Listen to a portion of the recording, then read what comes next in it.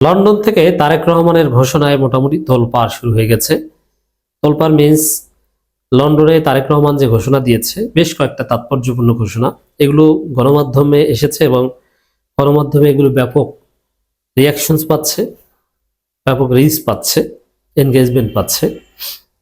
এর মানে মানুষের আগ্রহ আছে তারেক রহমানের এই ঘোষণায়। কিন্তু আমি দেখতে পাচ্ছি একটা অকল্পনীয় পরিস্থিতির মুখোমুখি বিএনপি। বিএনপি ইমাজিনও করতে পারবে না কিভাবে কি ঘটে গেল। একটা ডিজাস্টারের মুখে আছে বিএনপি। এমনিতেই শরীফ ওসমান হাদির ঘটনায় বিএনপি রাজনৈতিকভাবে ধরা খেয়েছে। সর্বদলীয় প্রতিবাদ সভায় না যে প্রমাণ করেছে বিএনপি যে তারা ভারতের দালাল, ভারত অখুশি হয়, অসন্তুষ্ট হয়, এরকম কিছু তারা করবে না। কিন্তু না, বিএনপি একলা থাকবে, বাংলাদেশের সাথে ভারতের সম্পর্ক এই শরীফ ওসমান হাদির অনুসারী নির্ধারণ করবে। অলরেডি ভারত নড়েচড়ে বসেছে, দেখেছেন না? আইভাগ বন্ধ ঘোষণা করেছে, বাংলাদেশের হাই কমিশনার যিনি আছেন দিল্লিতে তাকে সামন করেছে। এভাবে আপনি অনেক কিছু দেখবেন। তো বিএনপির চুপ থাকা কিছু আসে যায় না। সরকার তো ইউনুস, বিএনপি কি? বিএনপি আছে টেম্পো স্ট্যান্ডে, আর কোথাও নাই। আর প্রশাসনে বিএনপি আছে, কিন্তু তারা দুই গ্রুপে কামড়াকামড়ি করছে। প্রশাসনে দুই গ্রুপে বিএনপির ঝামেলা করছে, এটা কি জানেন?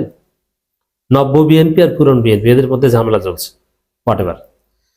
তো দর্শক, তারেক রহমান বলছেন যে আগামী 25 তারিখ ইনশাল্লাহ আমি দেশে চলে যাচ্ছি। অনেকে বলছেন যে 25 তারিখের পর খালেদা জিয়ার মৃত্যুর তারিখ ঘোষণা করা হবে।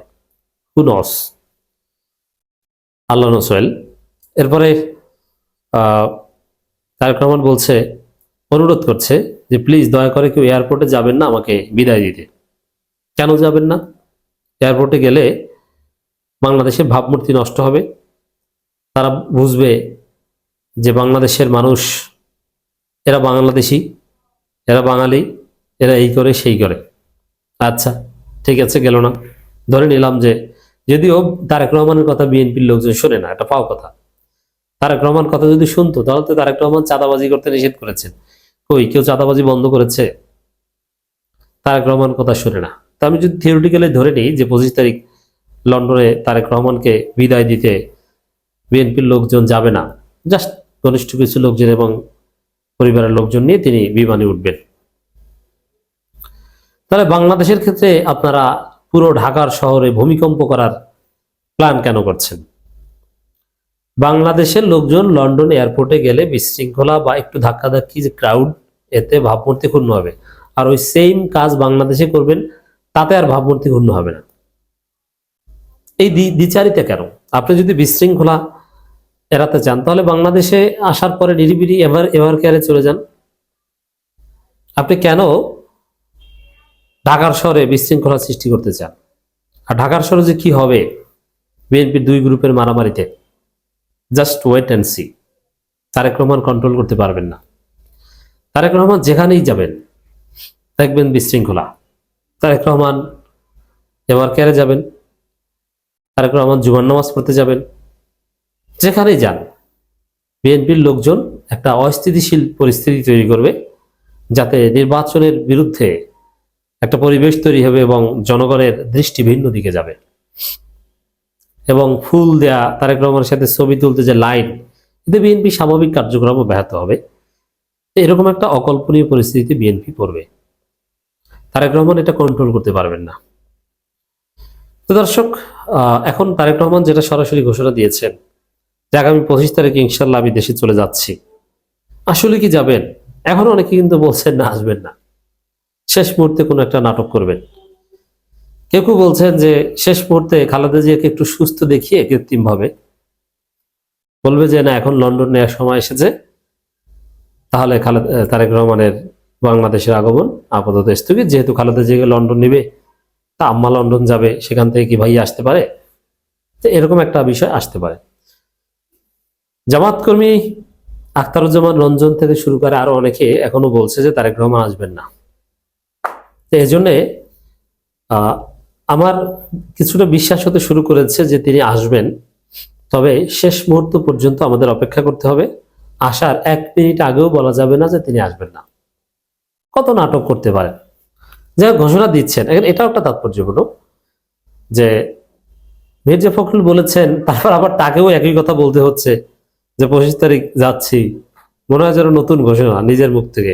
এরপরে মির্জা ফখরুলেরটা মানুষ বিশ্বাস করে নাই, এখন আপনি মানুষকে বিশ্বাস করাচ্ছেন। ঠিক আছে, আসেও যদি, মানে বিষয়টা এমন, কিছু প্রশ্নের উত্তর আনসলভড রয়ে গেল, এই উত্তর কে দিবে? কি সেই প্রশ্ন? তারেক রহমান এতদিন যে কারণে আসেন নাই, সেই কারণটা কি ছিল এবং সেই কারণটা কিভাবে সমাধান হয়েছে? আমরা তো দৃশ্যমান কোনো সমাধান দেখিনি। তাহলে এতদিন কেন আসেননি? খালেদা জিয়া অসুস্থ, চূড়ান্ত অসুস্থ সময় আপনি আসলেন না, এখন নির্বাচনের মনোনয়ন পত্র দাখিলের আগ মুহূর্তে আসছেন, তাহলে এতদিন কেন না? তাহলে নির্বাচন এগুলোই আপনার কাছে সবকিছু?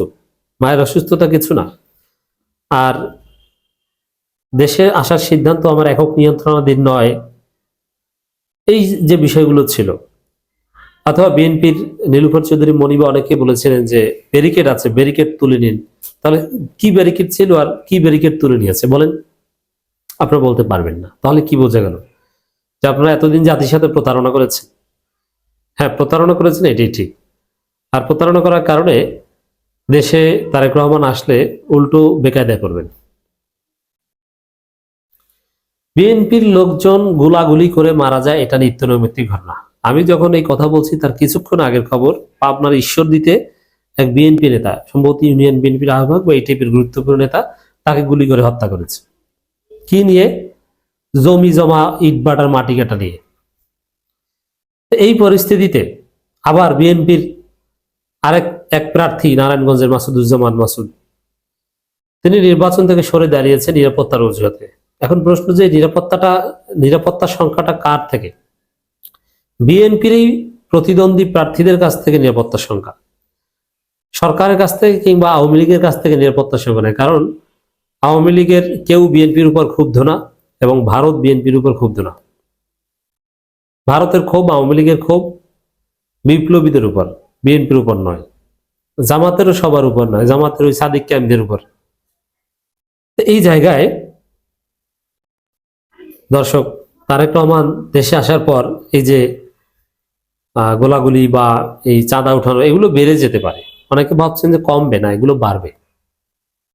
তারেক রহমানকে সম্পাদনা দিতে যাওয়া লাগবে ঢাকায়, ছবি তুলতে যাওয়া লাগবে, এগুলো বলে, অথবা ছবি তুলে ছবি দেখিয়ে অনেকে চান্দা নেবে। দেখছো আমার সাথে তারেক রহমান ছবি আছে, এখন তো অনেকে মজা করবে, এআই দিয়ে ছবি বানিয়ে, বুঝতে পারবে না তো সাধারণ মানুষ, এআই দিয়ে ছবি বানিয়ে বিএনপির লোকজনের কাছ থেকে চান্দা নেবে। আর আপনারা জানেন যে বিএনপির সাবেক মহাসচিব খন্দকার দেলোয়ারের পরিবারকেও বিএনপি ছাড় দেয়নি, তার পরিবারের কাছেও চাঁদা দাবি করেছে। এই জায়গায় বিএনপি সত্যিকার অর্থেই একটা অকল্পনীয় পরিস্থিতিতে পড়তে যাচ্ছে। লন্ডন থেকে তারেক রহমান যে ঘোষণা দিয়েছেন, এগুলো সব বুমেরাং হবে, পুরো পরিস্থিতি এলোমেলো হয়ে যাবে এবং বিএনপির হতাশা সামনে আসবে।